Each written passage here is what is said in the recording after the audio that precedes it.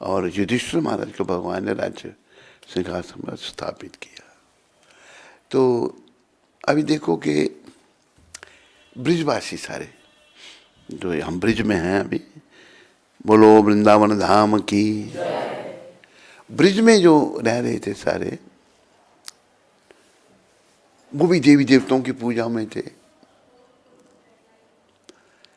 लेकिन थे वो बड़े भाग्यशाली, ब्रिज में जन्म हुआ था उनका, इस दिव्य धाम में।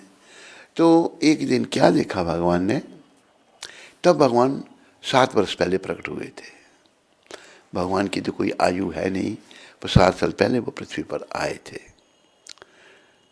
देव की माता और वसुदेव के माध्यम से पृथ्वी पर प्रकट हुए थे, कंस के कारागार में। जन्म लेते कहा कि मुझे गोकुल में ले जाओ, वहाँ यशोदा के यहाँ की कन्या का जन्म हुआ, उसको लेके आओ, मुझे वहाँ छोड़ के आओ। तो वसुदेव जी उनको वहाँ छोड़। तो भगवान अभी ब्रिज में लीलाएं हो रही हैं। तो क्या हुआ, एक दिन नंद बाबा कुछ तैयारी कर रहे हैं, सारे ब्रिजवासी लगे हैं। तो भगवान पूछते हैं, बाल भगवान, बाबा ये क्या तैयारी कर रहे हैं आप? बेटा हम इंद्र पूजा की तैयारी कर रहे हैं। कहते इंद्र पूजा क्यों? इंद्र पूजा इसलिए बेटा, वो प्रसाद बारिश बरसाते हैं, हम लोगों को अन्न मिलता है खाने के लिए, पशुओं को घास मिलता है, इसलिए इंद्र की प्रसन्नता बड़ी आवश्यक है। ये घटना आप ध्यान से सुनिए और इसका पालन कीजिए, जो इसका सार निकलता है। तब भगवान कहते हैं, बाबा इंद्र तो नदी पर भी बारिश बरसाते हैं जहाँ पानी की आवश्यकता नहीं है। बात तो ठीक है, तो फिर हमने इंद्र की पूजा नहीं करनी, फिर हम गोवर्धन की पूजा करेंगे। क्यों? गोवर्धन पर हमारे पशु पक्षी पशु चलते हैं, गोवर्धन से हमें बड़ा लाभ है, और गोवर्धन को पूजना। अच्छा बेटा, जैसे तुम्हारे कहना। भगवान सब ब्रजवासियों को ले गए गोवर्धन पूजा के लिए। गोवर्धन की पूजा हुई। गोवर्धन की पूजा जब हुई तो अभी इंद्र कुपित हो गए। इंद्र स्वर्ग लोक के राजा हैं, उनको क्रोध आ गया कि इस बालक ने, देखो इंद्र भी भगवान को नहीं पहचान सके। भगवान को केवल, वो फिर मैं आगे मैं आपको बताऊंगा, ब्रह्मा जी ने बताया, भगवान को केवल भाव और भक्ति के द्वारा पहचाना जा सकता है। ये गीता में भी भगवान ने कहा, 18वें अध्याय में कहा भगवान ने, भक्त्या माम अभिजानाति यावन जश्चास्मि तत्वता ततो माम तत्वतो यत्वा विशते तदनंतरम। मैं जैसा हूं भक्ति के द्वारा जाना जा सकता हूं, और मेरे को जानने का कोई रास्ता नहीं है। भगवान ने बाकी योगों का, योग करते भगवान के साथ अपने आप को जोड़ना, ज्ञान योग, ध्यान योग, राह योग, हठ योग, संख योगों का वर्णन किया भगवान ने गीता में। बोले जैसा मैं हूं भक्ति के द्वारा, सेवा के द्वारा। तो ब्रजवासी भी देवताओं की पूजा कर रहे हैं, तो बोल नहीं गोवर्धन, ये कैसे कहते भगवान के मेरी पूजा करो? युक्ति से मुक्ति, तरीके से भगवान का कार्य करने का ढंग बड़ा विशेष है। बोला हम बाबा हम गोवर्धन की पूजा करेंगे, गोवर्धन का बड़ा लाभ है हमको। अच्छा ठीक है, ब्रजवासी साहब से गोवर्धन की पूजा हुई। खुद ही भगवान ने सारी पूजा भी स्वीकार की,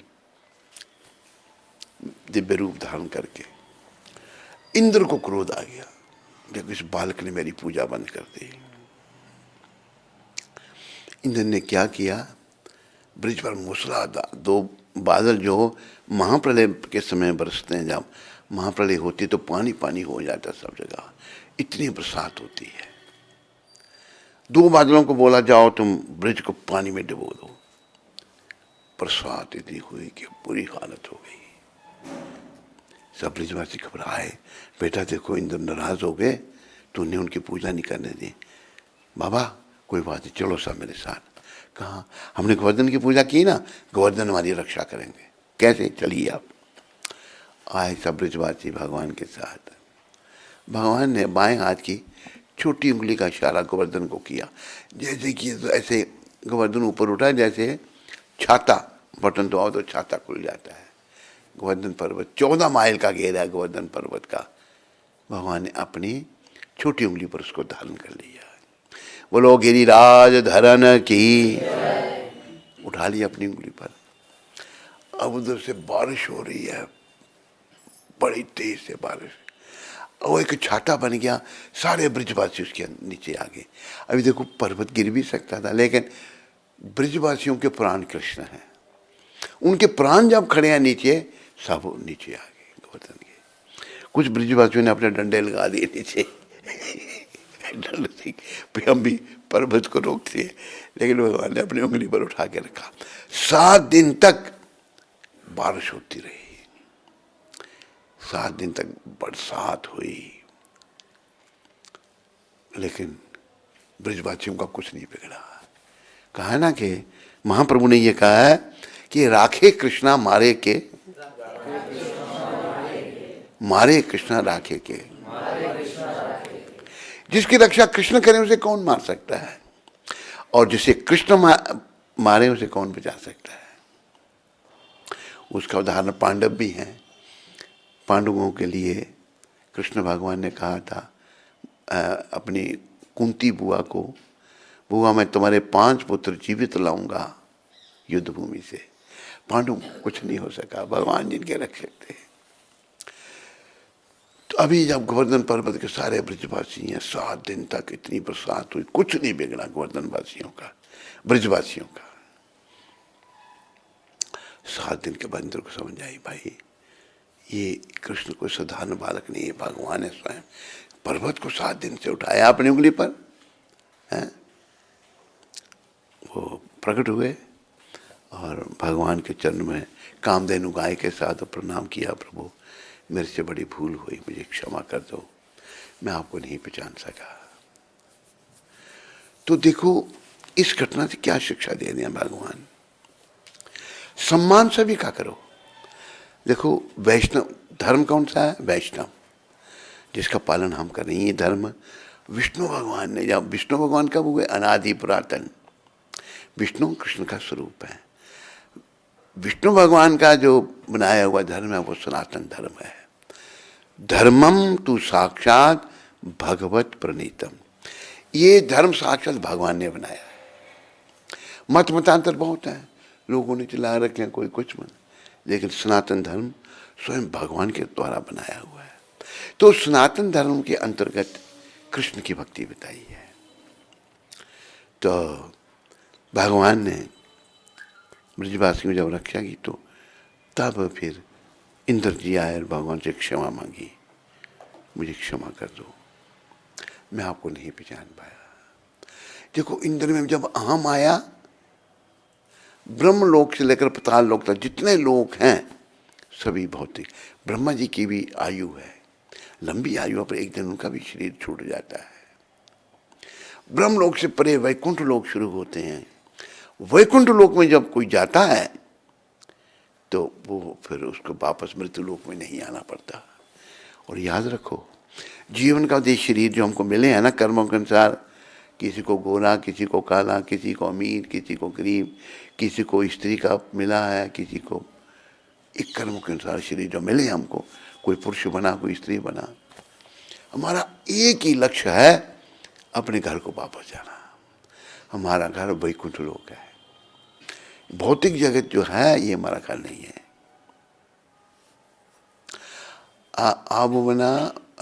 श्लोक है गीता में, पुनरावर्ती नो अर्जुना। ब्रह्म लोक से लेकर पाताल लोक तक जितने भी लोग हैं सभी नश्वर हैं, सब में जन्म लेने के बाद मृत्यु होगी। तो उन्होंने क्षमा मांगी और भगवान से कहा कि हम मुझे क्षमा कर। तो वो गोवर्धन पूजा का उत्सव तब से चला आ रहा है। यही वो दिन था भगवान ने गोवर्धन पर्वत को उठाया था अपनी उंगली पर। तो हमें ये शिक्षा लेनी है। देखो देवी देवता जो भगवान की सरकार चलाने वाले हैं। अमेरिका का उदाहरण ले लो आप। अमेरिका का प्रेसिडेंट है, वाइस प्रेसिडेंट है, वहाँ पर मिनिस्टर हैं, असिस्टेंट मिनिस्टर जो भी हैं वहाँ के, पर प्रेसिडेंट सबका हेड है। अगर किसी की मित्रता प्रेसिडेंट से होती है उसको किसी के साथ दोस्ती करने की जरूरत नहीं है जरूरत? जिसका प्रेसिडेंट दोस्त बन गया उसको मिनिस्टर के साथ दोस्त। इसी प्रकार भगवान कृष्ण को कहा कि ईश्वरा परम कृष्ण सच्चित आनंद विग्रह अनाधिर आधिर गोविंद सर्व कारण कारणम। ईश्वर कहते हैं नियंता को। कृष्ण जो हैं उसको उनको ये ब्रह्मा जी ने शब्द कहे, ईश्वर परम, सब नियंता छोटे बड़े, लेकिन कृष्ण भगवान को ब्रह्मा जी ने कहा कि आप परम नियंता हैं। ब्रह्मा जी सोचते थे कि मैं नियंता हूँ इस पृथ्वी का, मैंने रचना की इसकी, लेकिन हे कृष्ण मेरे में नियंता आप हैं, आप सबके नियंता हैं, सबको कंट्रोल करने वाले आप हैं। अनाधिर आदिर गोविंद, गो के तीन अर्थ हैं। गो का अर्थ है गाय, गो का अर्थ है पृथ्वी, गो का अर्थ है इंद्रिय, तीनों को सुख देने वाले जो हैं वो गोविंद हैं। अनाधिर आदिर गोविंद सर्व कारण कारण, और कृष्ण सब कारणों के कारण है। और देखो आज के इस दिन से हमने शिक्षा लेनी है कि कृष्ण की शरण में आना है। लोगों को पता नहीं है, भगवान हर प्रश्न का उत्तर गीता में दे रहे हैं। जिन लोगों के मन में बड़ी कामना है, मुझे ये चाहिए मुझे ये चाहिए, तो जो लोग देवी देवताओं की पूजा करते हैं उनके बारे में क्या भगवान कह रहे हैं? काम्यस्ते स्थिर हिता ज्ञाना प्रपद्यन्ते अन्य देवता तम तम नियमम आस्थाया प्राकृतिया नियता स्वया। जिन लोगों को बड़ी मनों में बड़ी कामनाएं हैं, हमारे मन में कोई कामना नहीं होनी चाहिए। कामनाओं को गुरु महाराज प्रभुपाद समझाते हैं, कामना का बिना भी नहीं, पत्थर तो है नहीं कुछ ना, कामनाओं का आध्यात्मिकरण करना है। हमने कोई भौतिक कामना नहीं करनी, हमने एक ही कामना करनी है कि कृष्ण मैं आपका सच्चा सेवक कैसे बनूं, आपको प्रसन्न कैसे करूं, आपका भक्त कैसे बनूं, मैं संसार में खोया हूं, आपकी शरण में कैसे हूं, ये कामना होनी चाहिए, कोई कामना नहीं। यही हमारे आचार्य श्रील रूप गोस्वामी प्रभुपाद ने कहा, अन्नाभिलाषता शून्यम, material desire must be zero, कोई भौतिक इच्छा नहीं होनी चाहिए। ज्ञान कर्मादि अनावृतम, ज्ञान बखानते हैं लोग, वो भी नहीं चाहिए। भगवत प्राप्ति के लिए क्या चाहिए? कर्म, प्रायाम कर्मी, जो फल के लिए काम करने हैं कर्मी, कर्मियों को फिर जन्म लेना पड़ता है। जो कर्म करते हैं, जो अच्छा बुरा कर्म किया उसका फल लेने के लिए, भोगने के लिए जन्म लेना पड़ेगा। लेकिन हमको ना अच्छा फल चाहिए ना बुरा चाहिए, हमें तो अपने घर को वापस जाना है, गौलोक धाम को, वैकुंठ लोक को। तो वहां जाने के लिए कृष्ण की प्रसन्नता के लिए कार्य करना है। वहां जाने के लिए केवल कृष्ण भक्ति करनी है और कुछ नहीं करना। भगवान के धाम में जाने के लिए और कुछ नहीं हमें करना, कृष्ण भक्ति। तो ये आज के प्रसंग से याद रखो। और देखो, आवागमन केवल कृष्ण छुड़ा सकते हैं। इसलिए भगवान ने ये भी कहा गीता में, ये अपि अन्य देवता भक्त्या यन्ते श्रद्धायान्विता ते अपि मामेवा कौन्तेया ये यन्ते अभिधि पूर्वकम। जो दूसरे देवी देवताओं के पास जाते हैं, दूसरे देवी देवताओं की शरण लेते हैं, वो मेरी ही शरण लेते हैं, क्योंकि देवी देवताओं को बनाने वाला मैं हूँ। जैसे मिनिस्टरों को बनाने वाला प्राइम मिनिस्टर होता है या प्रेसिडेंट होता है। प्रेसिडेंट की तो भारत में कोई ताकत है, नाम का होता है भारत में, विदेश का, अमेरिका का प्रेसिडेंट को बड़ी पावर है। लेकिन ब्रिटेन ने यहाँ राज किया तो ब्रिटिश सिस्टम हमने यहाँ लागू किया। वहाँ पर जो राजा है वो हेड होता है, पर उसको कोई पावर नहीं, पर राजा का पूरा सम्मान देते हैं उनको। तो यहाँ प्रेसिडेंट बना दिया और पावर सारी प्राइम मिनिस्टर के पास होती है। तो भगवान कहते हैं जो दूसरे देवी देवताओं के पास जाते हैं वो मेरे ही शरण में आते हैं। क्यों? देवी देवताओं को बनाने वाला मैं हूँ। पर उनकी ये जो देवी देवताओं की शरण लेना है ये अविधि पूर्वक है, विधि पूर्वक नहीं है। वो बेसमझी से ऐसा कर रहे हैं।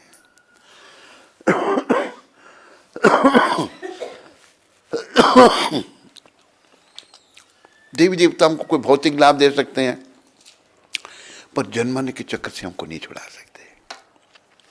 जन्मन के चक्कर से केवल कृष्ण छुड़ा सकते हैं, याद रखो। इसलिए सभी को कृष्ण की शरण में आना चाहिए। लेकिन लोग ज्ञानी नहीं है। ज्ञानी क्यों नहीं है? काम में स्थिर हिता ज्ञाना, बड़ी कामनाएं होने के कारण है, मुझे ये करना, मुझे ये चाहिए, मुझे सुंदर स्त्री चाहिए, बड़ा घर चाहिए, मुझे कार, इनसे ज्ञान हरण हो जाता है, आत्मा परमात्मा का ज्ञान चला जाता है। काम में स्थिर हिता ज्ञाना परपद्यन्ते अन्य देवता। हम देवी देवताओं के पास जाते हैं, मेरी ये इच्छा पूरी करो, मेरी ये इच्छा पूरी करो। देवी देवता पूरी भी कर देते हैं, उनमें है शक्ति है, लेकिन फिर से हमें 84 के चक्कर में जाना पड़ता है। आभुवना भुवनो आभुवना, क्या श्लोक है, किसी को पता है? पुनरावर्ती नोचना, ब्रह्मलोक से लेकर पाताल लोक तक सब में पुनर्जन्म है। तो ये पुनर्जन्म जो है ना, इसको समाप्त करना है, ये मनुष्य शरीर का काम है। कलयुग का पैरा है, कलयुग शुरू हुआ है 5000 साल पहले। हम लोग भटक गए हैं, बस भौतिक इच्छाओं की पूर्ति में लग गए हैं, संस्कृति अपने सनातन धर्म को भूल रहे हैं। लेकिन भगवान कृष्ण ने बड़ी कृपा करके हम कलयुग लोगों के भलाई के लिए कृष्ण चैतन्य महाप्रभु के रूप में अवतार लिया। हमारा मार्गदर्शन, भाई तुम लोगों का कैसे उद्धार हो सकता है, तो बड़ा सुगम रास्ता भगवान ने बताया। भगवान चैतन्य महाप्रभु जो हैं, एक श्लोक का कीर्तन करते थे, हरिर नाम हरिर नाम हरिर नामैव केवलम कलो नास्त्यव नास्त्यव नास्त्यव गतिर अन्यथा। इस कलयुग रूपी भवसागर को पार करने के लिए हरिनाम ही एकमात्र साधन है। ये बृहदनारदीय पुराण का श्लोक है। हरिनाम ही एकमात्र साधन है, हरि नाम ही एकमात्र साधन है, और कोई साधन नहीं, और कोई साधन नहीं, और कोई, 3 बार का है। और तुलसीदास जी ने रामायण में भी कहा, कलयुग केवल नाम आधारा, सुमेर सुमेर नर उतर ही पारा। कलयुग को बस आधार केवल नाम का। हम नाम जप करके अच्छी तरह से भाव भक्ति से अगर हम नाम जपें, और ये नाम प्रधान जो भगवान गौर हरि ने किया, इसमें राम भी हैं, कृष्ण भी हैं। हरे कृष्ण कृष्ण हरे राम, ये नाम जपने से हमारा उद्धार हो सकता है। हमने अपने मन को नाम में लगाना है। नाम जपने से क्या होगा? अंदर जो गंदगी आ गई है ना, काम क्रोध मोह लोभ अहंकार मद मत्सर ईर्ष्या दंभ कपट, भौतिक जगत की गंदगी, तो नाम धीरे धीरे गंदगी को साफ करेगा। जैसे भगवान ने पहला श्लोक कहा, चेतो दर्पण मार्जनम भव महादावागनि निर्वापनम श्रिया केरीवा चंद्रिका वितरणम विद्यावधु जीवनम आनंदम बुद्धिवर्धनम प्रतिपदम पूर्णामृता स्वादनम सर्वात्मा सनापनम परम भजयते श्री कृष्ण संकीर्तनम। भगवान के श्री कृष्ण संकीर्तन की परम विजय हो, जो चित्त पर जमे हुए मल का मार्जन करता है और ऐसा जीवन देता है जो सुखदायी जीवन, और वो आनंदम बुद्धिवर्धनम प्रतिपदम पूर्ण। हम आनंद ढूंढ रहे हैं, पर पता नहीं हमको आनंद कहाँ है। आनंद तो बस अपनी शुद्धि में है, अपने मलिन मन को शुद्ध करने में है, अपने चित्त को साफ करने में है। जब मन शुद्ध हो जाएगा, हरिचरण में मन लग जाएगा, हम लोग सुखी हो जाएंगे, और कोई रास्ता सुखी होने का है ही नहीं। तो गोवर्धन लीला भगवान ने की, ये गोवर्धन की बात चल रही थी, तो भगवान ने गोवर्धन पर्वत उठा रखा 7 दिन तक। 7 दिन तक इस उंगली पर भगवान ने उठा के रखा। कौन उठा सकता है इतना बड़ा पर्वत, 14 माइल का घेरा? केवल भगवान, और कोई नहीं उठा सकता। ये भी सिद्ध किया कि कृष्ण ही भगवान है और कोई भगवान नहीं है। भगवान भागवत में भी कहा है, इति चमसा कलापुंसम कृष्णस्तु भगवान स्वयं इंद्रारी व्याकुलम लोकम मृडयंती युगे युगे। भगवान के कई प्रकार के अवतार बताए हैं, कलावतार, अंश अवतार, मनवंतरावतार, शक्तवेश अवतार, लेकिन कृष्ण भगवान हैं, कृष्ण अवतार नहीं है, कृष्ण अवतारी है।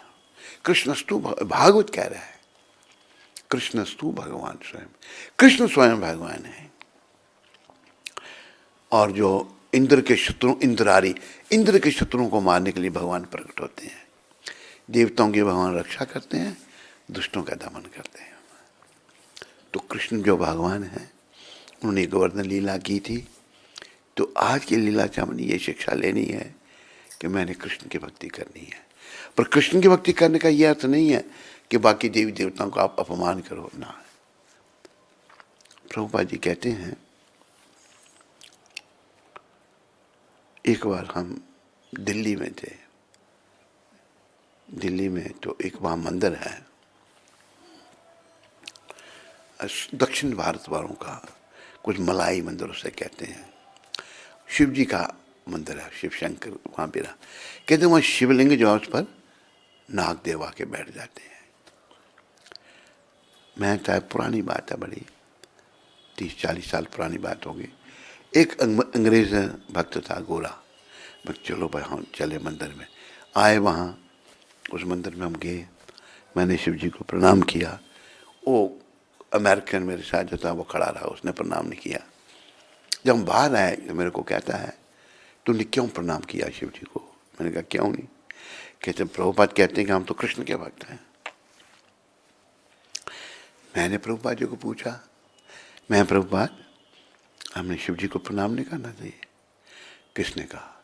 मैंने कहा अमेरिकन भक्त कह रहा है कि प्रभुपाद ने कहा कि हमें शिव जी को प्रणाम नहीं करना चाहिए। बस ये मेरे नाम लेके कहते हैं प्रभुपाद ये कह रहे हैं, प्रभुपाद वो कह रहे हैं, पर मैं ना ये कहता हूँ ना वो कहता हूँ, जो मैंने कह रहा अपनी बुक्स में कहा है। प्रभुपाद तब मुझे ये कहा था, शिव जी सारे देवों में बड़े हैं, इसलिए उनका नाम महादेव है। बोलो महादेव भगवान की। सारे देवताओं, 33 करोड़ देवता में शिरोमणि शंकर है। तो प्रभुपाद जी कहते हैं, हम वैष्णव बनने का प्रयास कर रहे हैं, हम वैष्णव हैं, हमें जो कि चींटी का भी सम्मान करना चाहिए, किसी का अपमान नहीं। छोटी सी चींटी है ना, वो भी परमात्मा का अंश है, कर्मों से उसको चींटी का शरीर मिला है। कि शंकर भगवान तो बहुत बड़े हैं, सबका सम्मान ये वैष्णव धर्म सिखाता है। लेकिन भक्ति केवल कृष्ण की, पूजना केवल कृष्ण को, कृष्ण की शरण लेनी बस। तो आज वही दिन है जब ब्रजवासियों को भगवान ने ये शिक्षा दी कि ब्रजवासी सारे जो हैं ये भगवान की पूजा करें, कृष्ण की पूजा करें, और गोवर्धन की पूजा करें। तभी से चली आ रही है गोवर्धन पूजा, भगवान ने करवाई। जो भगवान की उंगली पर पर्वत रहा, भगवान का ही स्वरूप है, भगवान का स्वरूप हो गया।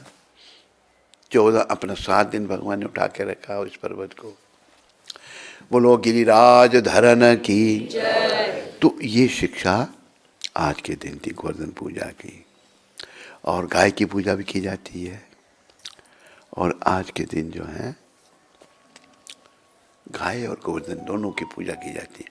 और गाय की पूजा जो है ये भगवान की शिक्षा है। किसका मोबाइल बज रहा है?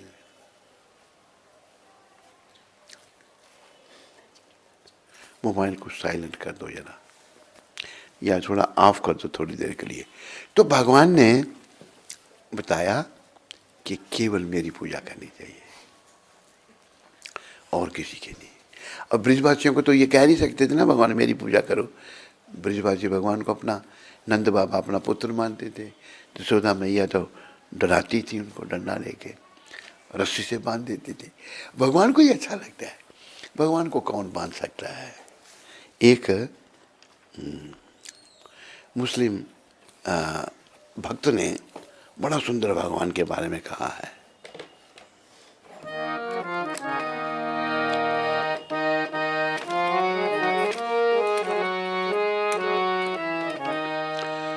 यारो सुनो जदजी के लुटैया का बालपन, ओ मधुपुरी नगर के बसैया का बालपन। क्या क्या कहूँ मैं कृष्ण कन्हैया का बालपन। क्या कहूं मैं। नजीर नाम के एक मुस्लिम भक्त भगवान का बालपन बता रहे हैं। ये मैंने जब पहली बार सुना था एक गायक से, मुझे बहुत अच्छा लगा। फिर भजनों को मैंने ढूंढ लिया तो क्या कह रहे हैं कि मुस्लिम की कितनी समझ है। कहने को वो सुत नंद जसोदा के आप थे, बोलो।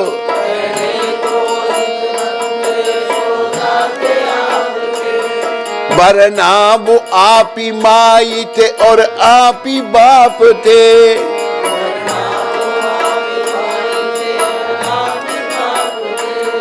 पर्दे में बालपन के ये उनके मिलाप थे।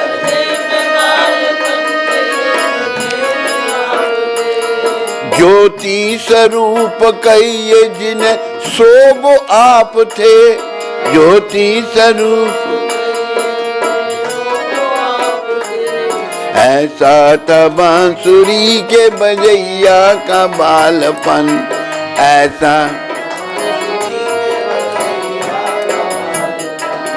क्या क्या कहूं मैं कृष्ण कन्हैया का बालपन।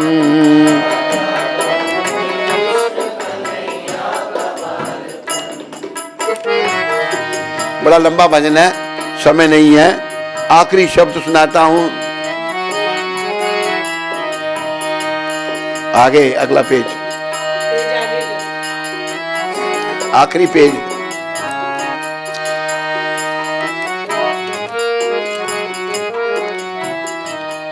यार पीछे कर गया है तुम। आखिरी पेज निकालने के लिए बोला तूने बैक कर दिया।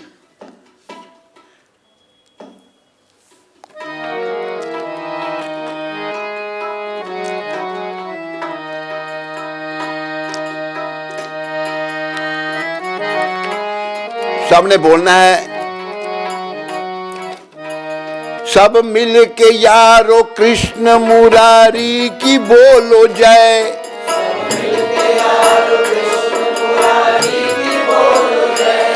गोविंद कुंज छैल बिहारी की बोलो जय।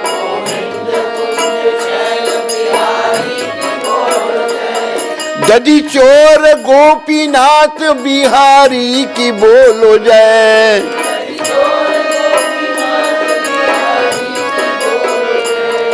तुम भी नजीर कृष्ण मुरारी की बोलो जय।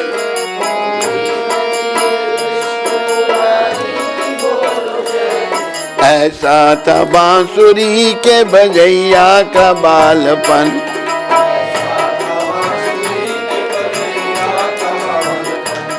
क्या क्या कहूं मैं कृष्ण कन्हैया का बालपन।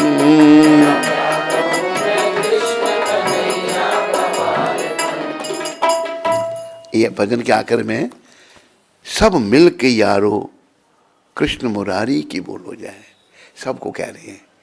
लेखक नजीर है, उनका नाम। गोविंद कुंज शैल बिहारी की बोलो जाए। दधी चोर गोपीनाथ बिहारी की बोलो जाए। दही चुराने वाले, मक्खन चुराने वाले गोपीनाथ भगवान, उनकी जय बोलो। फिर कहते हैं तुम भी नजीर, अपना नाम उनका नजीर है, तुम भी नजीर कृष्ण मुरारी की बोलो जाए। तो कृष्ण ही भगवान है, कोई भगवान नहीं।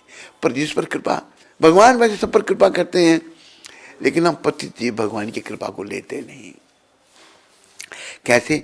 हमने अपना मन विषय विकारों में लगा के रखा है, हमने अपना मन भोग विलास में लगा के रखा है, इस नश्वर संसार में लगा के रखा है। तो भगवान क्या करेंगे? जब तक हम इन बातों को ना समझ करके कृष्ण की शरण में नहीं आएंगे, तब तक भाई ये शरीरों का परिवर्तन करना पड़ेगा। पुनरपि जननम पुनरपि मरणम पुनरपि जननी जठरे शयनम इह संसारे बहुदुस्तारे कृपाई पारे पाही मुरारे भज गोविंदम गोविंदम भज मूढ़मते। तेरा बार, एक शंकर भगवान कह रहे हैं, तेरा बार बार जन्म हो रहा है, बार बार मृत्यु हो रही है, और तू बार बार मां के गर्भ में जठराग्नि का कष्ट भोग रहा है। ऐसा बुरा प्रभाव इस संसार का है। यह संसार है बहुत उस्तार, ये बुरा प्रभाव है। अभी तुम पुरानी शंकर भगवान क्या कहते हैं, कृपा ये पारे पाकी मुरारे। तुम मुरारी, जिन्होंने मुरा नाम के राक्षस का वध किया था, उनकी कृपा तू ले ले। कृपा ये पारे पाकी मुरारे, गोविंद को भजो, गोविंद को भजो, गोविंद को ही भजो और किसी को नहीं। सम्मान सभी का करो, सभी उन्हीं के हैं, सब जीव उनके हैं, सब उन्हीं के बनाए हुए हैं। किसी भी जीव का अपमान नहीं, लेकिन केवल भक्ति केवल कृष्ण की। मन में जब बड़ी इच्छाएं होती हैं, मन में जब बड़ी कामनाएं होती हैं, तो हम लोग इधर उधर भटकते हैं। देखो ये कामनाएं, ध्यान रखो आज के इससे, कि हमें पुनः आवागमन में ले जाएंगी। हमारे अंदर बहुत सारी इच्छाएं भरी पड़ी हैं, बहुत इच्छाएं, इच्छाओं का तो ढेर है। तो ये इच्छाएं दूर कैसे होंगी? नाम सिमरन करने से। जैसे भागवत में भी बता रहे हैं सुखदेव महाराज, कलो दोषे निधि राजन अस्ति ही एक महान गुना। ये राजन, ये परीक्षित महाराज, ये दोषों से भरा हुआ कलयुग, बड़े दोष है इसमें, बड़े दोष ही दोष हैं। कलो दोषे निधि राजन अस्ति ही एक महान गुना। लेकिन इसमें एक महान गुण है क्या? कीर्तनादेव कृष्णस्य। केवल कृष्ण कीर्तन करने से मुक्त संगा परम ब्रजेत, हमें मुक्ति मिल जाएगी, हम धाम में जाएंगे। और कलयुग में बड़ा सुख, भागवत से बड़ा कोई ग्रंथ नहीं है, सारे ग्रंथों का सार है। तो केवल कृष्ण नाम लेने से, और ये महामंत्र कीर्तनादेव कृष्णस्य, कृष्ण का है, हरे कृष्ण कृष्ण कृष्ण हरे राम राम। केवल ये कीर्तन करने से, नाम जपने से हम मुक्ति प्राप्त कर सकते हैं अपने। लेकिन मन इतना गंदा है हमारा, हमारी श्रद्धा नहीं बैठती। लेकिन बार बार मन को इसी में लाना है, बार बार मन को प्रभु चरणों में लगाना है, बार बार। इसने जब तक ये शुद्ध नहीं होगा, इसने बुराइयों की तरफ जाना है, विषयों की तरफ जाना है, पुरुष है तो स्त्री की तरफ जाना है, स्त्री है तो पुरुष की तरफ जाना है, इसमें जाना ही जाना है। लेकिन हमने इसको हरि चरणों में लगाना ही लगाना है, क्योंकि और कोई रास्ता नहीं है, और कोई निस्तार नहीं है आवागमन से छूटने का। तो हमें भगवान की भक्ति करके भगवत धाम में जाने की तैयारी करनी है। कोई ये कहे अगर भाई जब मैं भक्ति तो कर रहा हूँ, मेरी भक्ति पूरी नहीं हुई, तो अगला जन्म फिर क्या होगा? देखो भगवान कितनी भक्ति का कितनी महानता है, भक्ति कितनी महान है। आपने भक्ति की, पूरी नहीं हुई, 100% भक्ति करनी थी, आपने 70% की, 30% कम रहा। अगला जन्म आप 70 से शुरू करेंगे, 0 से नहीं शुरू करना पड़ेगा। प्रभुपाद समझाते हैं ये बात। और भौतिक जगत में आप यहाँ बन गए 100%, बड़े दुनिया भर के अमीर बन गए, राजा बन गए, या प्राइम मिनिस्टर बन गए, प्रेसिडेंट बन गए। अगला जन्म फिर 0 से शुरू करना पड़ेगा, भिखारी से शुरू करना पड़ेगा। लेकिन भक्ति का नाश नहीं है। इसलिए कृष्ण भगवान की बड़ी कृपा है कि प्रभुपाद जी भक्ति के विषय में समझा रहे हैं। और देखो ये भी हम कहते हैं, आपसे फिर याद दिलाते हैं आपको कि हम भूल जाते हैं, भक्ति निष्काम होनी चाहिए, कोई कामना नहीं।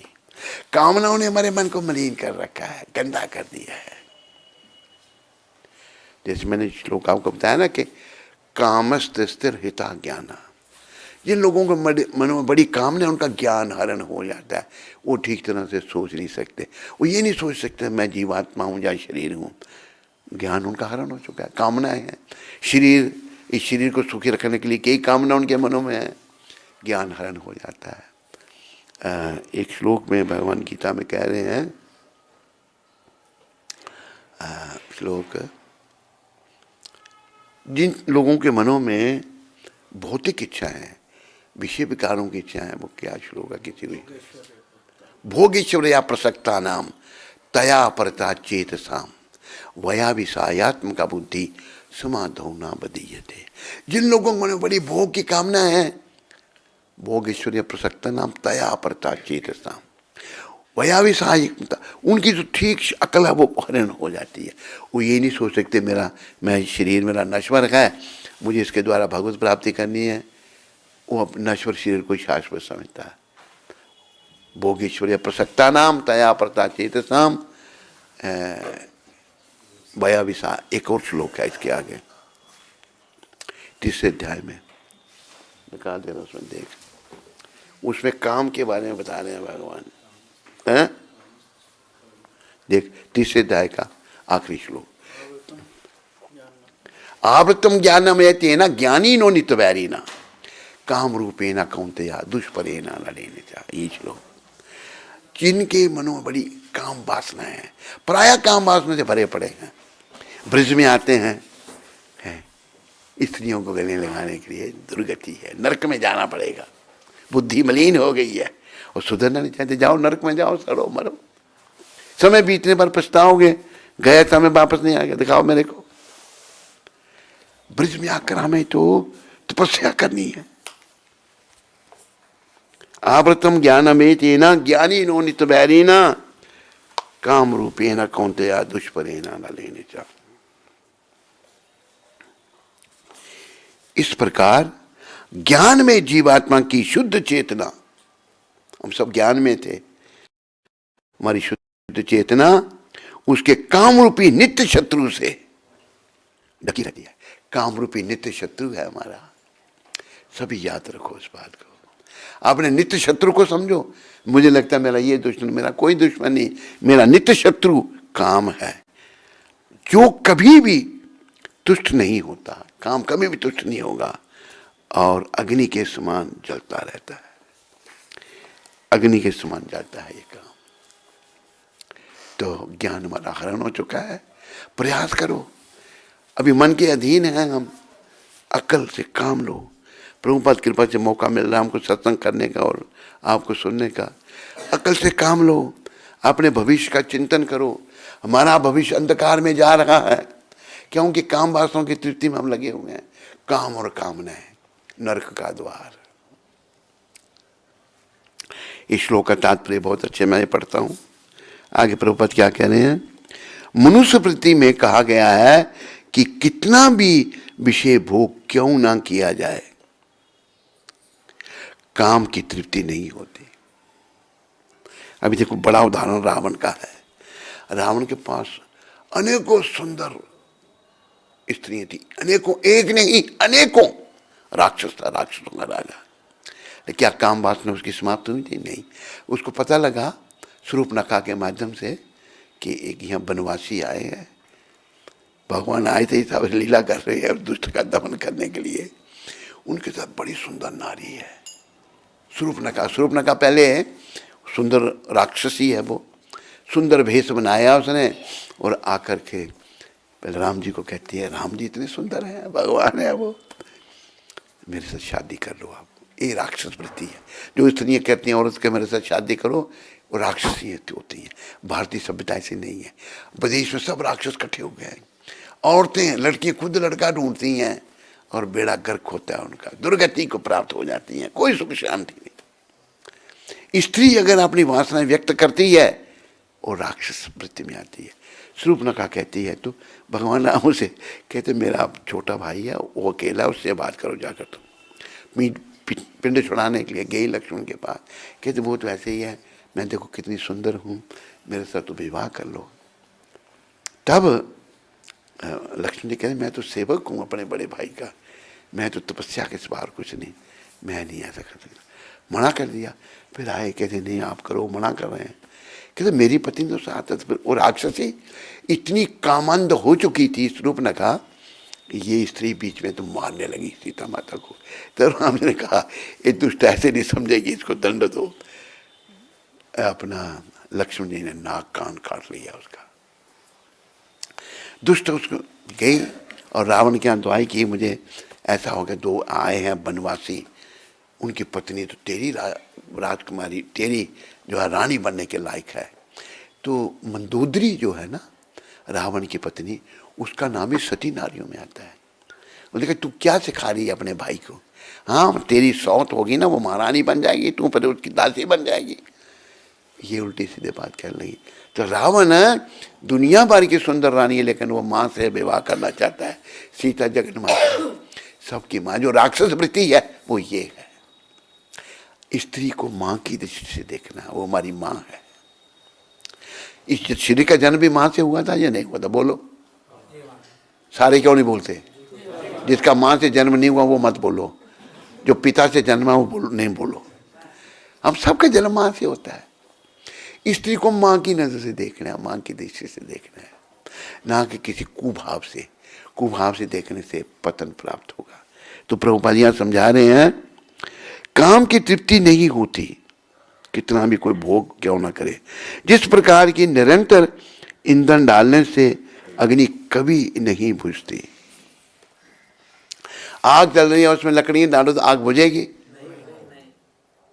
कहीं कहीं बुझ जाती है मेरे ख्याल में, सब नहीं बोल रहे। आग बुझेगी? मॉरिशस में बुझती होगी, हैं? कहीं नहीं बुझती। आग बढ़ के इसी प्रकार वासनाएं हैं। तो भौतिक जगत में समस्त कार्यकलापों का केंद्र बिंदु काम है, काम सुख है, मैथुन।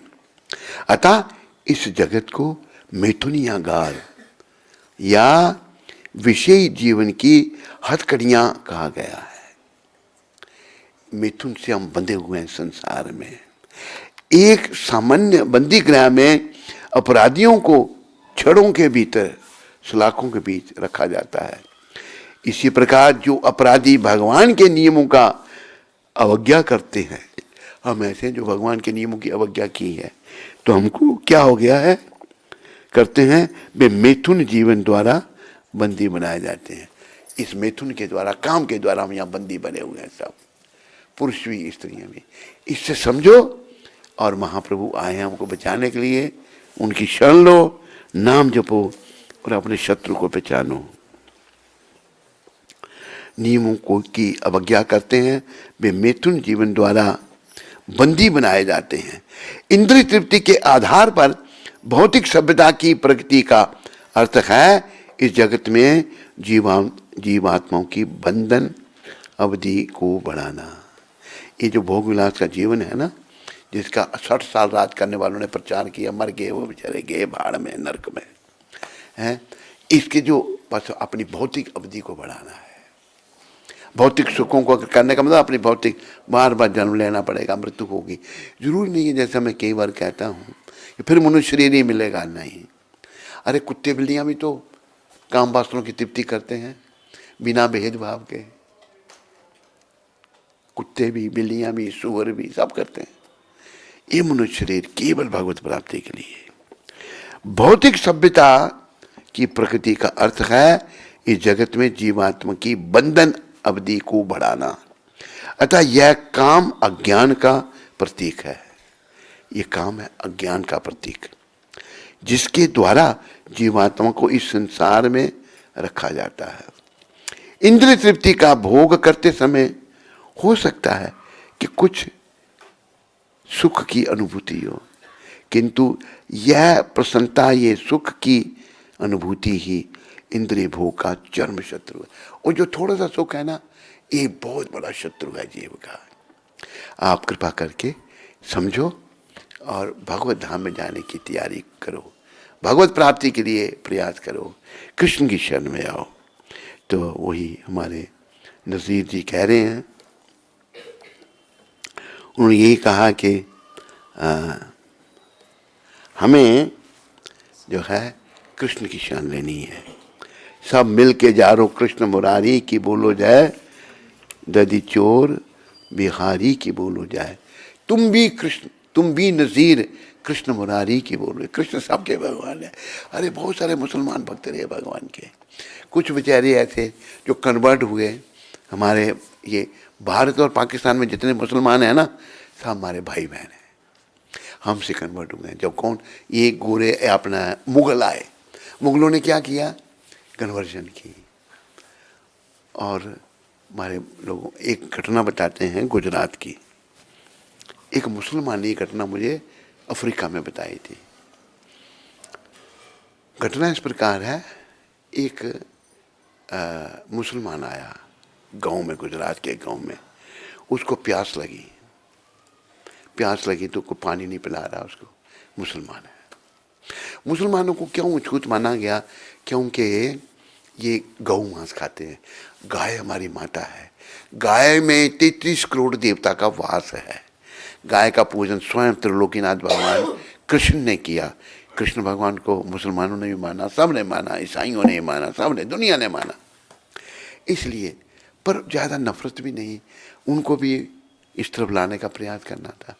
तो क्या होगा कि मुसलमान किसी ने पानी नहीं पिलाया, मुसलमान है, उस बेचारे को प्यास थी, कुएं में से उसने पानी निकाला बड़ी मुश्किल से और पिया तो कुछ लोगों ने देख लिया, मुसलमान ने पानी, कहते कुआं बेकार हो गया। अभी ये अछूत ने इसको छू लिया तो पता लग गया। बहुत से लोगों को पता नहीं लगा, उन्हें पानी लिया, भाई तुम भी बेकार हो गए, जाओ तुम्हें मुसलमान, ऐसे हो गया। ये तो मूर्खता की बातें थी। एक मुसलमान ने ये बात बताई मेरे को अफ्रीका में। तो देखो प्रभुपाद एक ऐसे संत आए हैं, उनके प्रधान, अच्छा हमारे भगवान चैतन्य महाप्रभु जो स्वयं कृष्ण है, उनके प्रधान अनुयायी मुसलमान हैं। हरिदास ठाकुर मुसलमान थे, उनको नामाचार्य बनाया भगवान ने।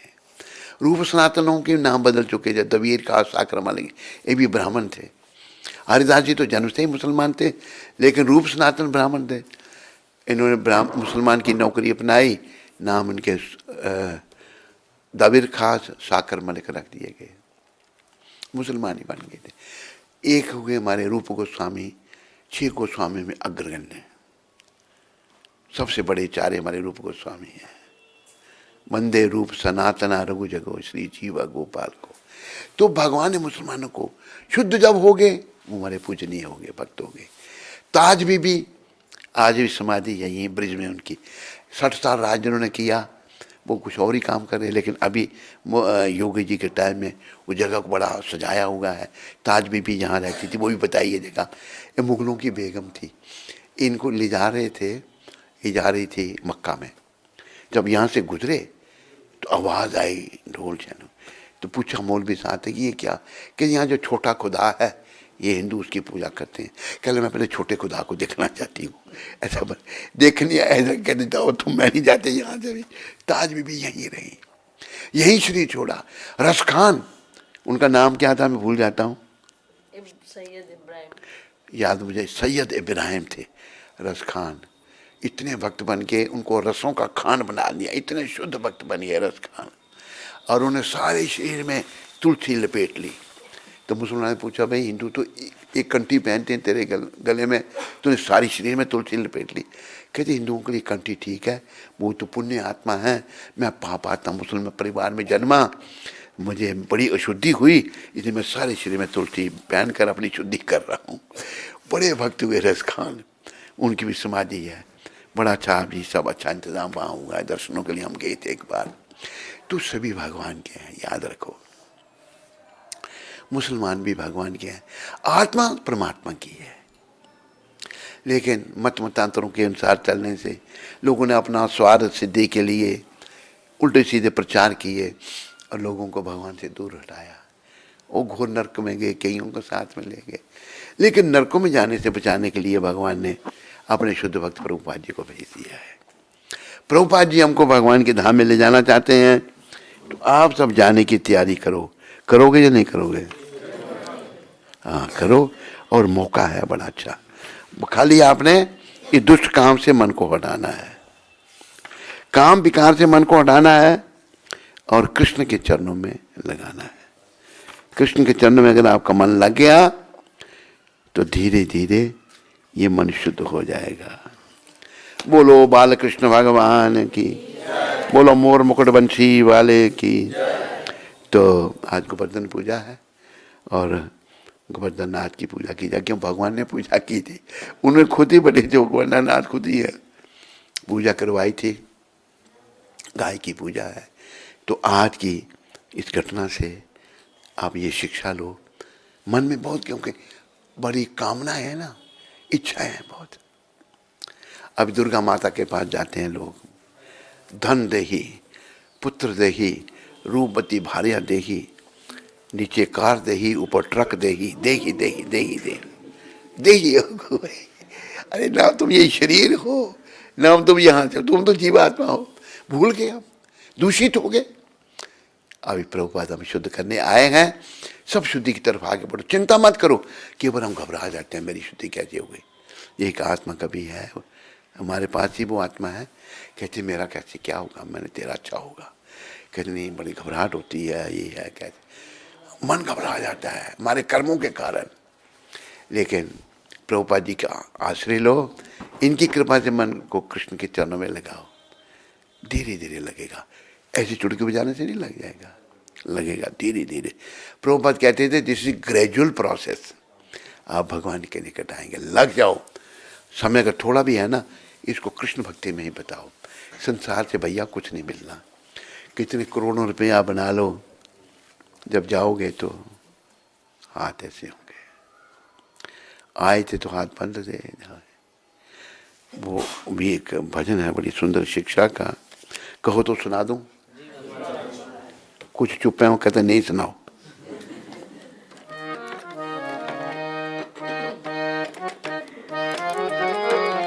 जाएगा जब जहां से कुछ भी न पास होगा, जाए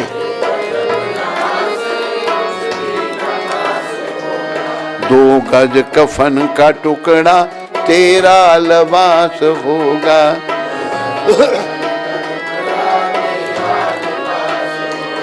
मतलब की है ये दुनिया, क्या अपने क्या पराए, मतलब क्या अपने क्या पराए, मतलब की है ये दुनिया, क्या अपने क्या पराए।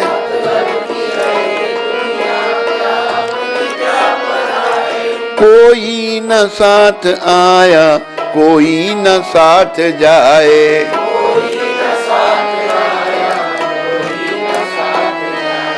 कोई न साथ आया, कोई न साथ जाए।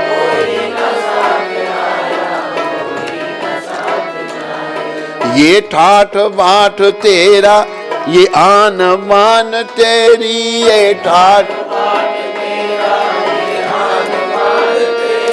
रह जाएगी मुसाफिर, ये सारी शान तेरी।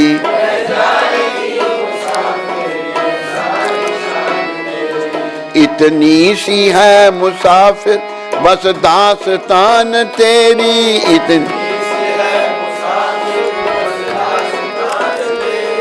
इतनी सी है मुसाफिर बस दास्तान तेरी।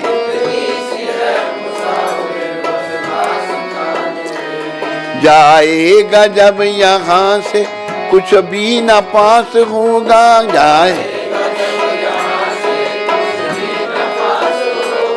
दो गज कफन का टुकड़ा तेरा लिबास होगा।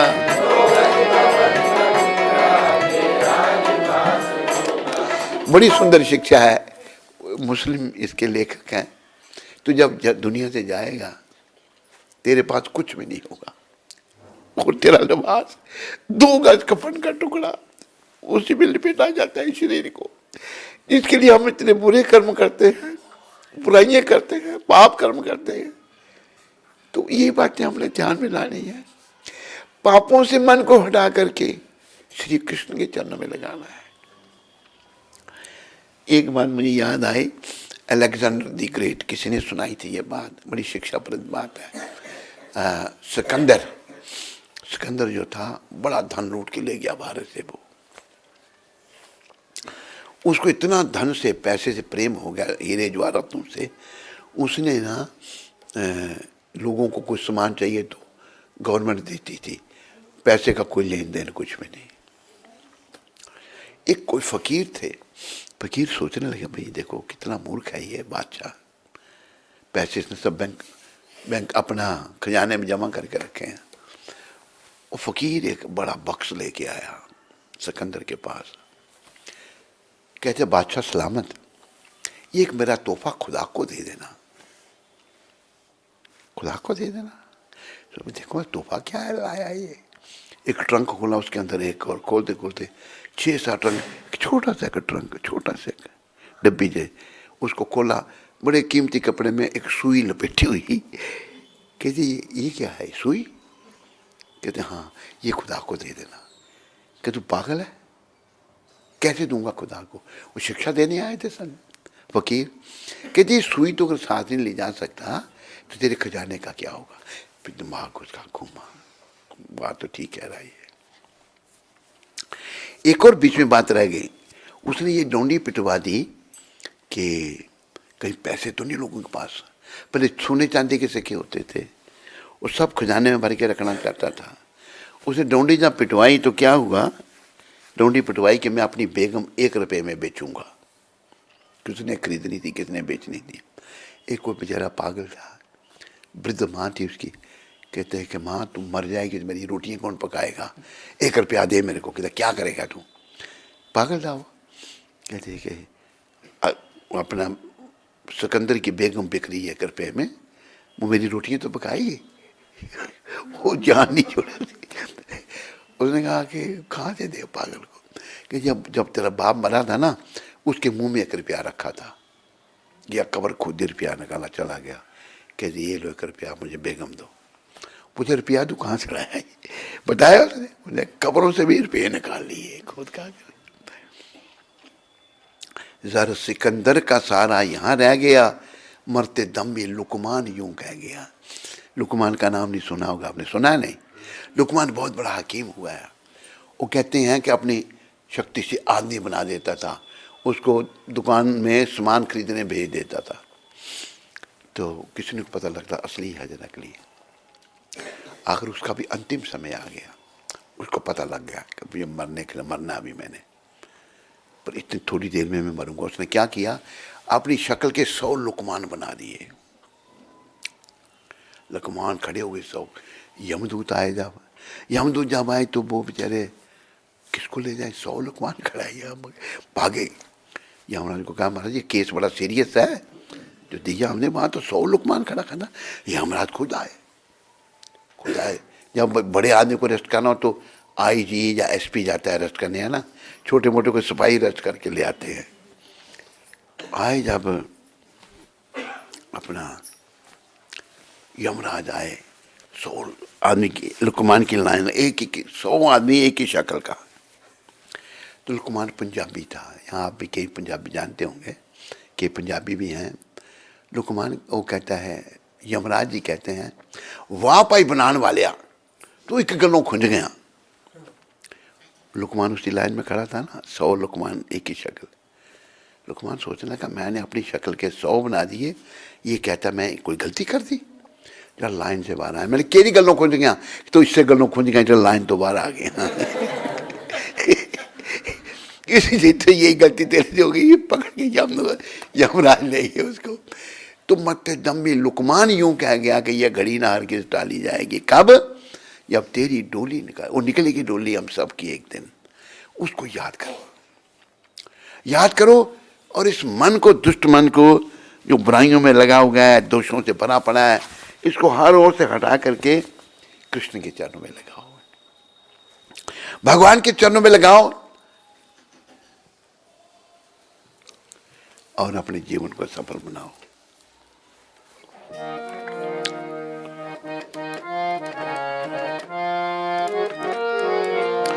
मोहन से प्रीत लगा लो, तुम आज हरि गुण गा लो।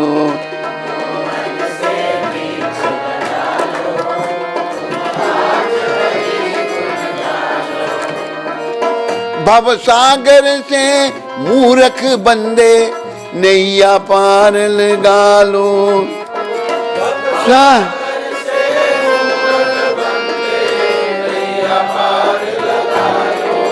मोहन से प्रीत लगा लो, तुम आज हरि गुण गा लो।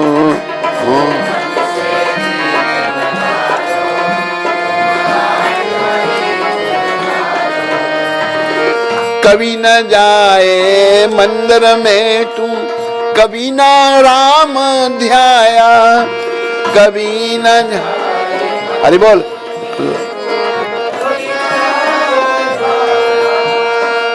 रात गुजारी सोने में और दिन भर पाप कमाया।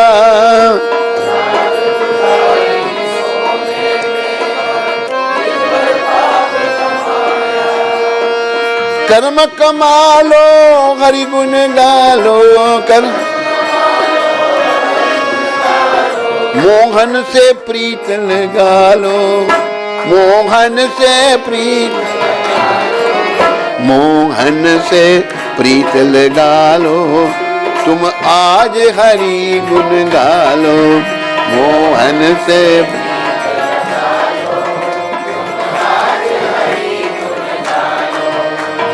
मोह माया में फंस कर पगले हीरा जन्म गवाए,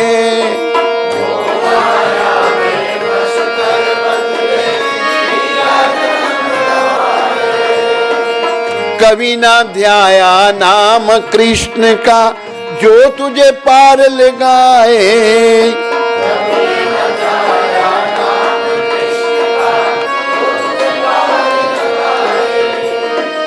कर्म कमा लो बिगड़ी बना लो,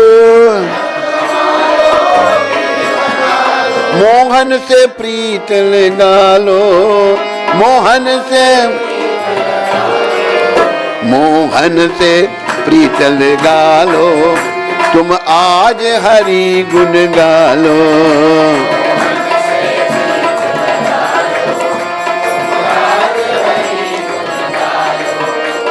छोड़ के ये संसार जो झूठा हरि चरणों में जाए,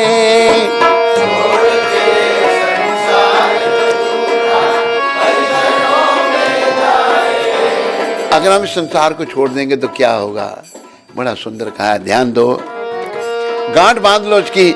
छोड़ के ये संसार जो झूठा हरि चरणों में जाए,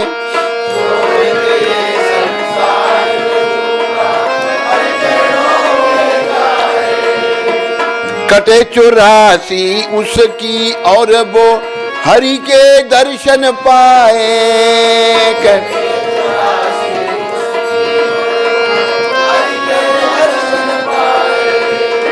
कर्म कमा लो बिगड़ी बना लो,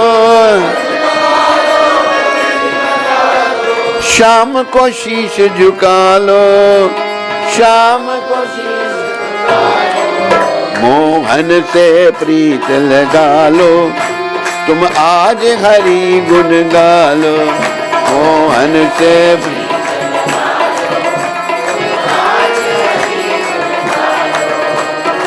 हरे कृष्ण कृष्ण कृष्ण हरे हरे, हरे राम राम राम हरे हरे।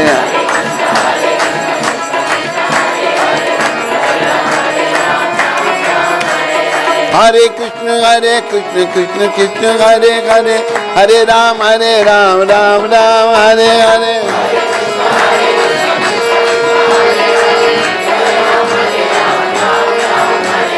हरे कृष्ण कृष्ण कृष्ण हरे हरे, हरे राम राम राम हरे हरे।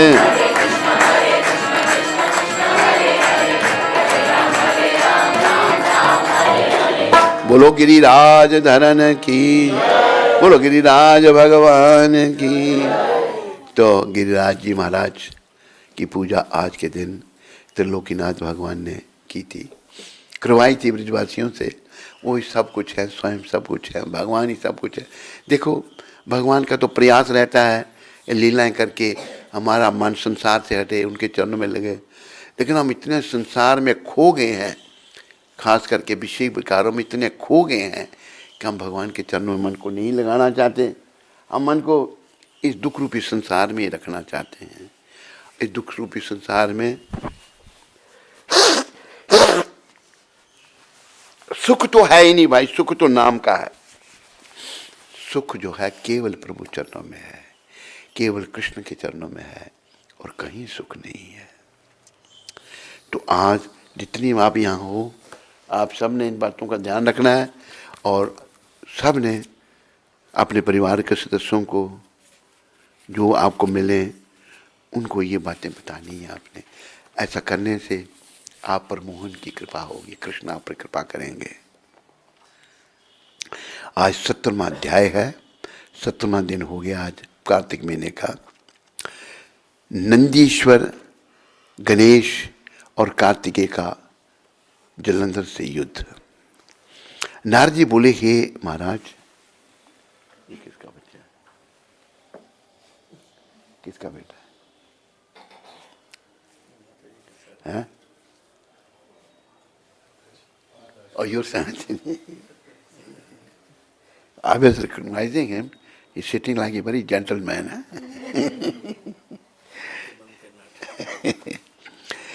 नारद जी बोले, हे महाराज, वे दित्य, नंदीश्वर, गणेश जी और स्वामी कार्तिक आदि को देखकर द्वंद्व युद्ध के लिए दौड़े। कालनेमी नंदी से, शंभु गणेश से, नंदी से, शंभु गणेश से और निशुंभ स्वामी कार्तिक के पास कवच धारण करके युद्ध के लिए शीघ्र गए। निशुंभ ने स्वामी कार्तिक के मोर के हृदय में 5 बाण मारे। वह मूर्छित होकर भूमि पर गिर पड़े।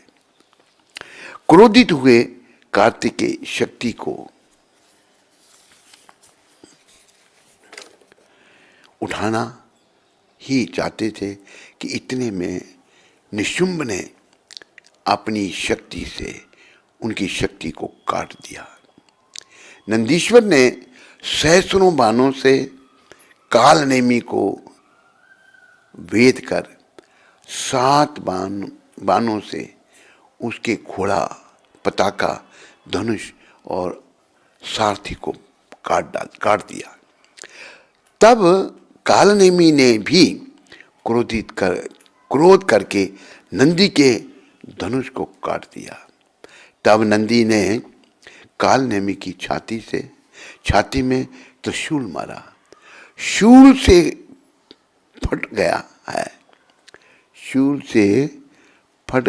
है हृदय, जिसका घोड़े जिसके मर चुके थे, सारथी भी मर गया। ऐसे कालनेमी ने पर्वत खंडों की मार से नंदीश्वर को नीचे गिरा दिया।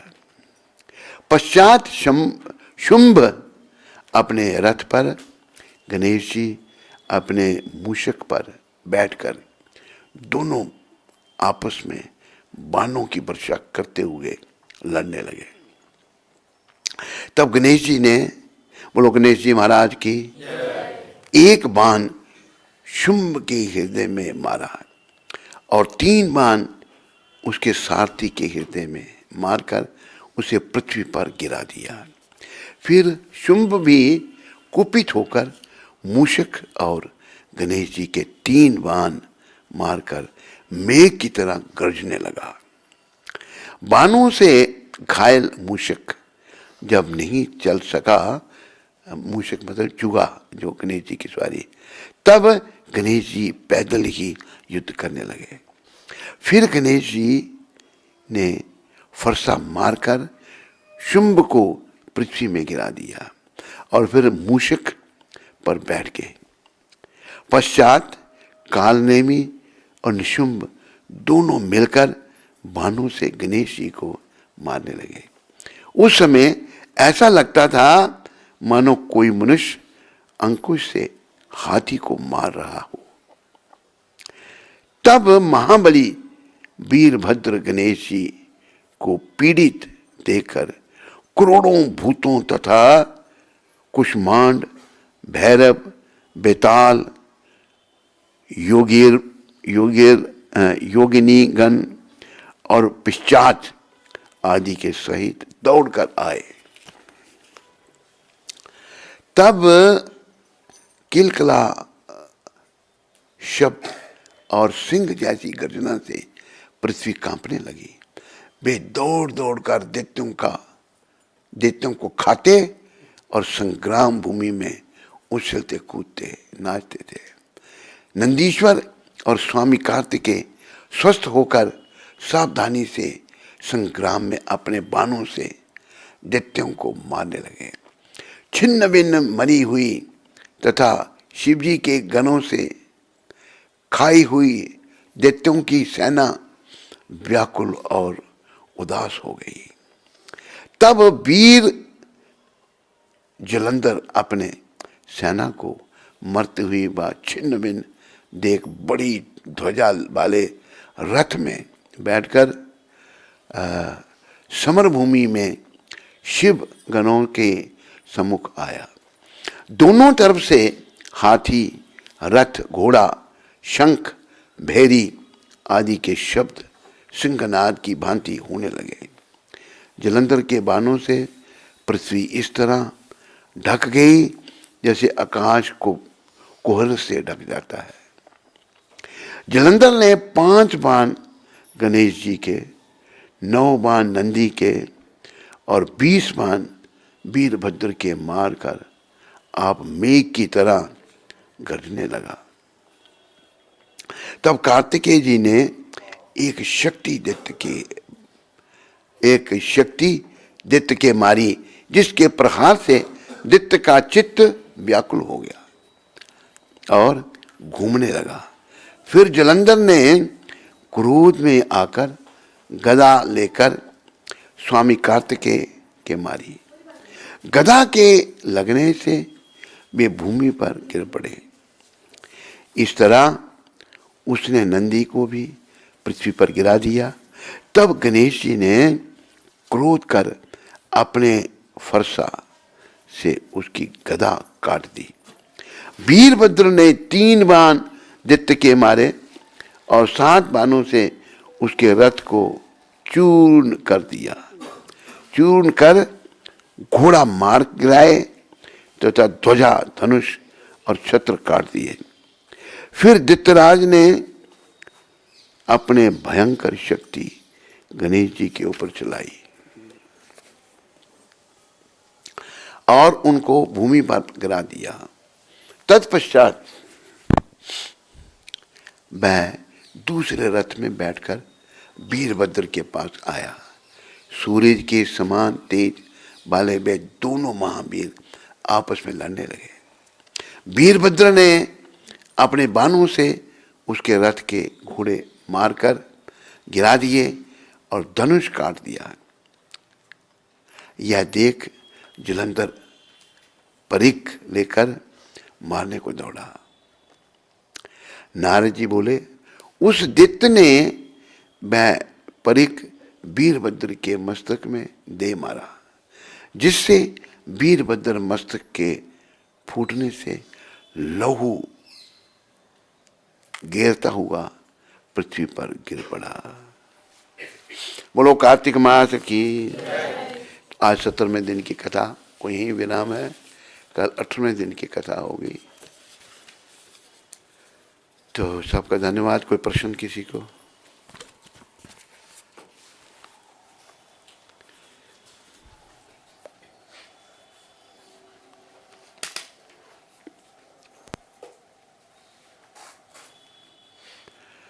आज कितनी दिन? कौन?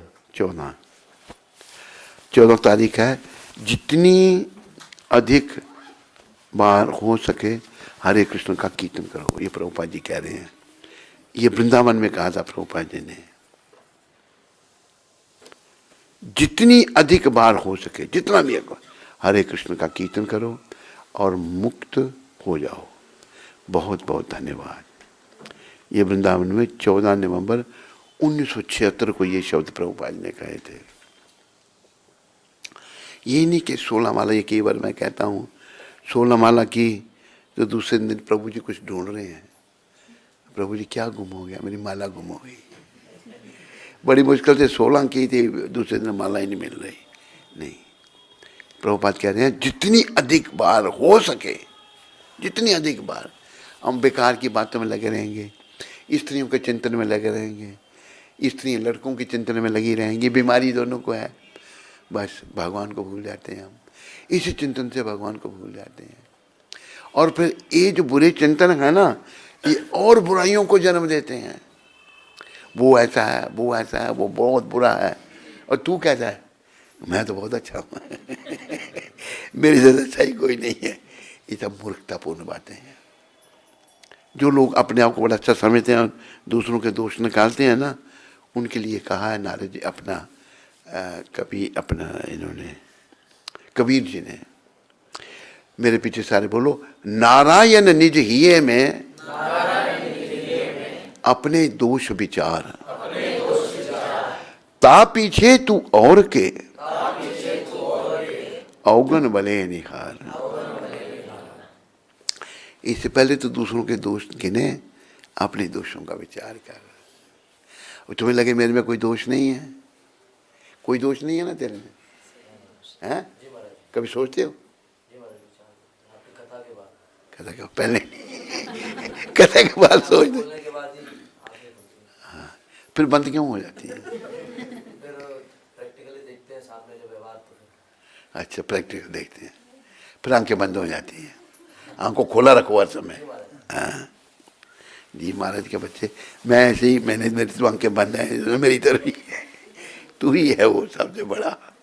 होश कर कुछ है, मौका दिया भगवान ने, नरक में जाने नहीं देंगे हम तेरे को, डंडा में वो पड़ा होगा। अभी लगा दूं, उठा के हॉस्पिटल ले जाना पड़ेगा तेरे को। फिर एम्बुलेंस गया था, फिर वापस आ गया। अच्छा, ज्योतिषाचार्य, ज्योतिष लगाने के लिए गया हॉस्पिटल में। अच्छा, रघुनंदन तू नहीं ले गया इसको?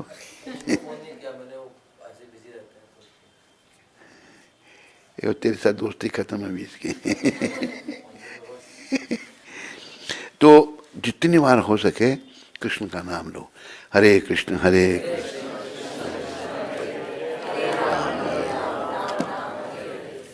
बस वही बात मैं याद दिलाता हूँ आपको कि मेरे पीछे सारे बोलो, इतना जप कर कि हद कर दे, कि यमराज भी अपना खाता रद्द कर दे। यमराज के पास जो खाता खुला ना उसको बंद करवा दो, नाम से होगा बस। तू हॉस्पिटल में खाता खुलाने गया था अपना, क्या देखा है? हाँ, अच्छा बताया था उन्होंने, चेक करा। मैं शायद खाता खुलाने चला गया। तो हमें बस एक खाता बंद कराना है, खाता बंद होगा नाम सिमरन से बस। जो लोगों के पास टाइम नहीं है उनको कहते हैं, काम करते रहो, नाम जपते रहो, पाप की वासनाओं से डरते रहो, नाम धन का खजाना बढ़ाते चलो, हरे कृष्ण हरे राम हरे कृष्ण। कोई प्रश्न है ऐसे? सन्नी बड़ा देख रहा, सन्नी का कोई प्रश्न है? सन्नी तुम्हारा क्या प्रश्न है? दूसरों का प्रश्न देख रहा है तू भी तो कर सकता है। बोलो क्या प्रश्न? कुछ नहीं। तेरा प्रश्न क्या है? शाम सखी दोनों मिले हुए तुम आपस में प्रश्न। ठीक। शिवम गोयल अमृतसर से। हरे कृष्ण गुरु महाराज जी, आपके चरणों में दंडवत प्रणाम। महाराज जी, श्रवण और ग्रंथों को पढ़ने में रुचि कैसे बनाई जा सकती है, कृपया करके बताएं। प्रयास करने से। अभी रुचि जो है हमारी बटी हुई है बुराइयों में, बुराइयों की तरफ हमारी रुचि है, तो ग्रंथ पढ़ने के लिए प्रयास करो, ट्राई करो। भगवान ने ये कहा ना कि अभ्यास है ना तो कौनतेया वैराग्य न चक्रियते। प्रयास करो और मन में विराग लाओ, इस संसार मेरा घर नहीं है, मैं ये शरीर नहीं हूँ, ये संसार मुझे छोड़ना है, इसलिए मुझे प्रभुपाद जी के ग्रंथ पढ़कर ज्ञान प्राप्त करना है, भक्ति में आगे बढ़ना है। प्रयास करो। तुलसी मंजरी माता, आनंद गुजरात से। हमारे प्यारे पतित पावन गुरु महाराज जी के चरणों में कोटि कोटि दंडवत प्रणाम। जगत गुरु श्रील प्रभुपाद की जय। गुरु महाराज जी, यह मैसेज मैं पूरे परिवार की तरफ से आपको धन्यवाद करने के लिए लिख रही हूँ। आज से 4 साल पहले आज ही गोवर्धन पूजा के दिन आपकी शिष्या पृथ्वी देवी दासी आपकी कृपा से गोलोक धाम को गई थी। उन्होंने जीवन भर सच्चे संत को अपना गुरु बनाने के लिए भगवान से प्रार्थना की और अंत में हमें आप मिले और आप ही की कृपा से उनका अंत इतना अच्छा हुआ और वह धाम को गए। अंत समय में हर वक्त आपका फ़ोटो उनके पास था और वह आईसीयू में इशारे से हमको बता रहे थे कि आप उनके सिर के पास ही बैठे हैं। गुरु महाराज जी, आपके जैसे सच्चे संत की शरण में आकर हम प्रभुपाद जी और भगवान तक पहुंच पाएंगे। हम सभी को स्वीकार करने के लिए धन्यवाद। आपकी शिष्या तुलसी मंजरी देवीदासी। हरे कृष्ण। रघुगुण दास दिल्ली से। हरे कृष्ण गुरुदेव महाराज जी के चरण कमलों में दंडवत प्रणाम। गुरु महाराज जी, आज शैली माता वृंदावन में आपके दर्शन करने आई हुई हैं। गुरु महाराज, आपने धर्म बहन बनाकर माता के ध्यान रखने की जिम्मेदारी सौंपी थी। मैं चिंतित था कि यह बच्ची के साथ अकेले जीवन यापन कैसे करेंगी, इसलिए इनके दोबारा विवाह के लिए योग्य वर देखने भी गया था। आपकी कृपा से इनका रिश्ता मितेश जी से तय हुआ है, जो कि किससे? मितेश। शैली है यहाँ पर?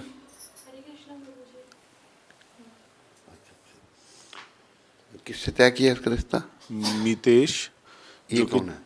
जो कि छत्तीसगढ़ से हैं और सज्जन व्यक्ति हैं।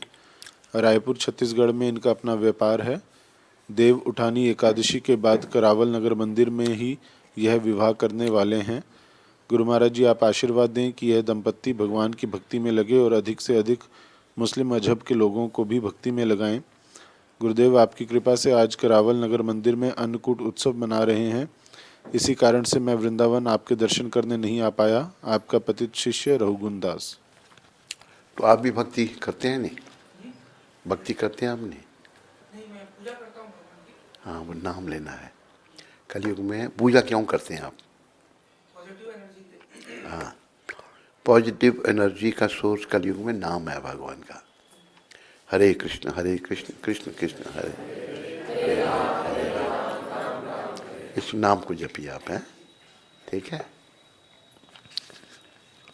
ऋषभ महाजन जी अमृतसर से। हरे कृष्ण गुरु महाराज जी, दंडवत प्रणाम।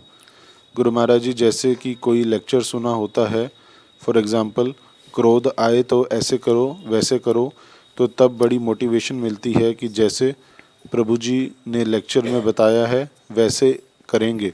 बट एक्चुअल में जब वैसी सिचुएशन क्रिएट होती है तो लेक्चर में जो सुना होता है सब भूल जाता है। याद क्यों नहीं रहता? ऐसा क्यों होता है कि जो भी सुना होता है वो 2-3 दिन बाद भूल जाता है, हमेशा याद नहीं रहता? महाराज जी मार्गदर्शन करें। भूल इसलिए जाते हैं कि कर्म बहुत है हमारे सरों पर। बुरे कर्मों के कारण हमारी स्मरण शक्ति क्षीण हो जाती है और अच्छी बातों को भूल जाते हैं। लेकिन इन बातों को ध्यान में रखना है कि मेरे बुरे कर्मों का प्रभाव मेरे पर हो रहा है। मैंने अभी, ये मेरा नश्वर शरीर है, इस शरीर का मैंने त्याग करना है और मुझे जो है भगवत भक्ति करके अपने जीवन को सफल करना है। क्यों होता है? कर्म है भाई, और क्या है? कर्म को काटने वाले भगवान हैं और भगवान का नाम अगर आप जपते हैं, इससे कर्म कटेंगे और हम आगे बढ़ेंगे। रास बिहारी प्रभु मॉरिशस से। हरे कृष्ण, दंडवत प्रणाम Guru Maharaj ji. What knowledge becomes part of the soul? हैं? What knowledge becomes part of the soul? क्या कह रहा है ये? आत्मा, कौन सा ज्ञान आत्मा का पार्ट बनता है? कौन सा ज्ञान? ये जो प्रभुपाद सारी बुक्स आत्मा के बारे में तो हैं, आत्मा परमात्मा के बारे में। तू भी थोड़ा ज़्यादा पढ़ गया है मेरे ख्याल में। पढ़ाई थोड़ी रास बिहारी थोड़ी ज़्यादा कर ली है।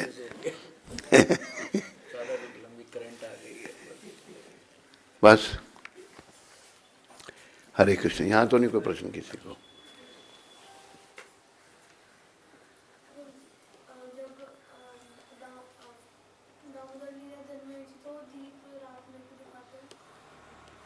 क्या कह रहे हैं? दिन को भी दिखा सकते हो, तू दिन को दिखाया कर।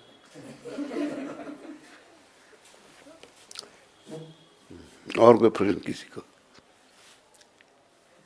ठीक है, सब बोलो हरे कृष्णा हरे कृष्णा कृष्णा कृष्णा हरे हरे हरे राम राम राम हरे हरे हरे कृष्णा कृष्णा कृष्णा हरे हरे हरे राम हरे राम राम राम हरे हरे। प्रसाद भी लेते जाओ।